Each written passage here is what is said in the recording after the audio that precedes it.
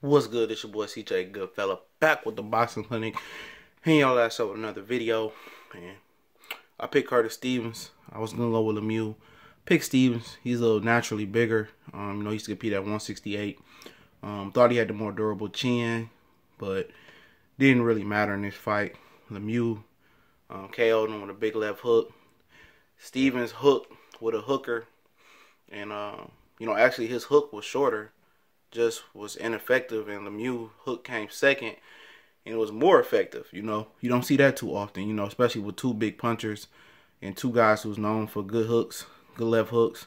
And you think the first left hook that would have landed would have did the most damage, but Lemieux seemed to have more leverage on his left hook, and pretty much did what he did. I hear people on the forum saying, oh, Lemieux should have fought Triple G like that. Lemieux deserves a Triple G rematch.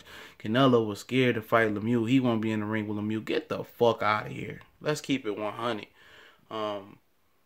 The reason, the casual shit that I hear from guys, dog, like, the dude that was streaming it, big ups to you, but, you sound like a straight fanboy, my boy. I don't even know your name. It ain't no dissing. It's just, straight facts. But at the end of the day, Triple G boxed him. Triple G come out, I let you hit you, I let you. He let dudes hit him that can't punch. With David Lemieux, he had a reach advantage. He had a boxing skill advantage. Lemieux ain't shit but a close range fighter. He can't do nothing but come forward. And Curtis Stevenson obliged with him, and came forward, and it made for a nice a nice slugfest. Triple G kept that left jab in his face all day, and just played off the jab. He hooked off the jab. He did whatever he wanted to do. Went to the body, uppercut him. I'm surprised that David Lemieux lasted as long as he did with Triple G. A rematch would be a fucking replay. That's madness. That's stupid talk. It's nothing that he has done to have warranted a rematch with Triple G to make me want to see it. It was the same. It's gonna be the same jab fest, the same Triple G using footwork, using his boxing ability, and closing the show out probably even quicker this time. And as far as Canelo, I really can't attest to speak of Canelo because I haven't seen Canelo fight at 160. But he's fighting at 165 and a half, 164 and a half, or some shit like that. And Canelo will do the same thing. He's just gonna box, box, box, box. The thing that made the Canelo fight probably two things that probably make it more interesting for guys is the fact that people really don't know, about Canelo's chin. He's never been tested in there with a good puncher as David Lemieux, especially at the weight class that he is at 160, or what he will come back down to at the Chavez Jr. And that he usually fades in fights. And maybe he fade because he has to squeeze down to a weight that he wasn't comfortable in making.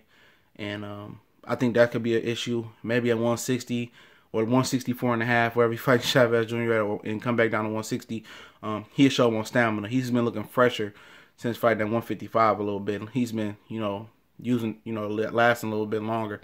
But as far as David Lemieux versus Curtis Stevens, that was a bum-on-bum crime. I'm not calling him a bum. That was a regular boxer on a regular boxer crime. You know what I mean? Neither one of the dudes is extraordinary. They have good power, and Lemieux showed that he has great power tonight.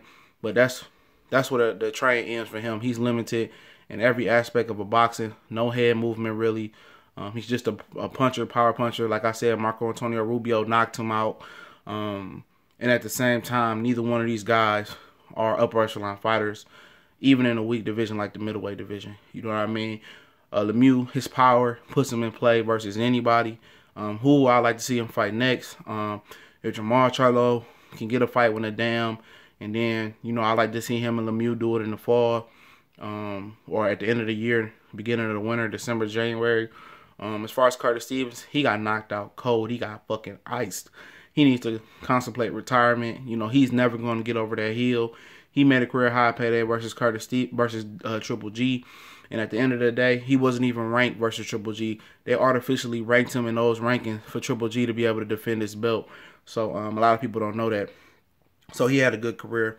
Let's hang it up and contribute to the sport of boxing in a whole different type of way. Maybe as a trainer, become a judge, become a ref. I don't know what else you can do. Become a consultant, matchmaker. I don't know what else. It's over for you, bro. He was always too small for 68. He's too small for 160.